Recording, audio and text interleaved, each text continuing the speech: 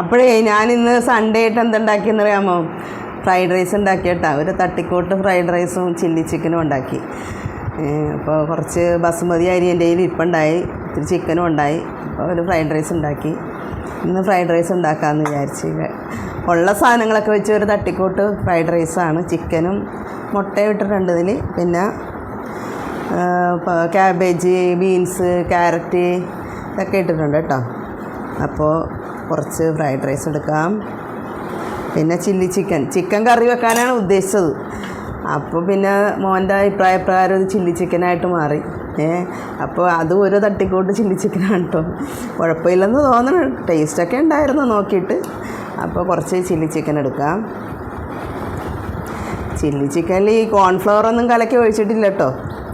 അതുപോലെ chilli sauce ഉണ്ടായില്ല, tomato സോസും നമ്മുടെ സോയാബീൻ സോസും ഉണ്ടായി, സ്റ്റോക്ക് ഉണ്ടായി. അപ്പോൾ അതൊക്കെ വെച്ച ഒരു തട്ടിക്കൂട്ട്, ഒരു ക്യാപ്സിക്കം ഉണ്ടായി, അതൊക്കെ വെച്ചൊരു തട്ടിക്കൂട്ട് ചില്ലി ചിക്കൻ ഉണ്ടാക്കിയാണ് കേട്ടോ. അപ്പോൾ ഇന്നത്തെ സ്പെഷ്യൽ ഇതാണ്. നല്ല മഴയുണ്ട് ഇവിടെ, കഴിക്കാൻ പോവാണ്. നിങ്ങളൊക്കെ കഴിച്ചോ?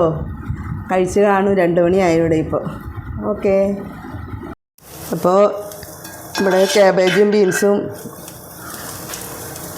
ക്യാരറ്റൊക്കെ ഒരുവിധം ആയിട്ടുണ്ട്. അല്പം സോയാ സോസ് ഒഴിച്ച് കൊടുക്കാം. ഒപ്പം അല്പം കുരുമുളക് പൊടി കൂടി ഇട്ട് കൊടുക്കാം.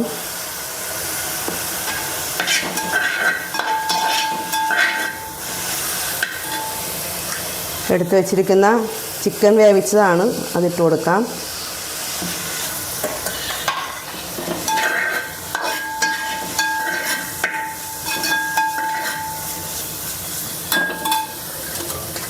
മുട്ട ചിക്കി വറുത്തതാണ്, ഒരു മുട്ട ചിക്കി വറുത്തതാണ്, ഇതും കൂടി ഇട്ട് കൊടുക്കാം.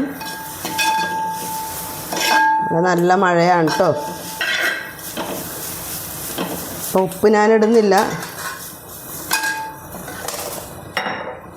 ഇനി നമുക്ക് ചോറിട്ട് കൊടുക്കാം.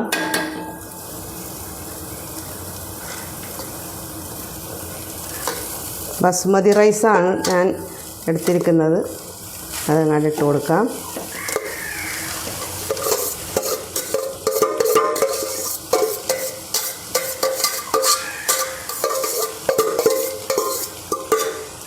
അങ്ങനെ നമ്മുടെ ഫ്രൈഡ് റൈസ് റെഡി ആയിട്ടോ. ഞാൻ നന്നായിട്ട് ഒരു 5 മിനിറ്റോളം ഇളക്കി മിക്സ് ചെയ്തു.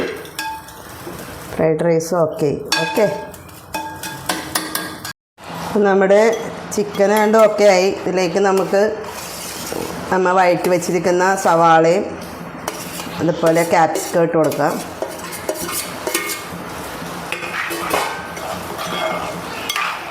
സ്പ്രിങ് ഒനിയനൊന്നും ഇല്ല എൻ്റെ അടുത്ത്, ഒരു തട്ടിക്കൂട്ട് ചില്ലി ചിക്കനാണിത്. അപ്പോൾ ഇങ്ങനെ നമ്മുടെ ഞാനിതിപ്പോൾ ഇത്തിരി ഡ്രൈ ആക്കിയാണ് എടുത്തിരിക്കുന്നത്, ഫ്രൈഡ് റൈസ് ആയതുകൊണ്ട്.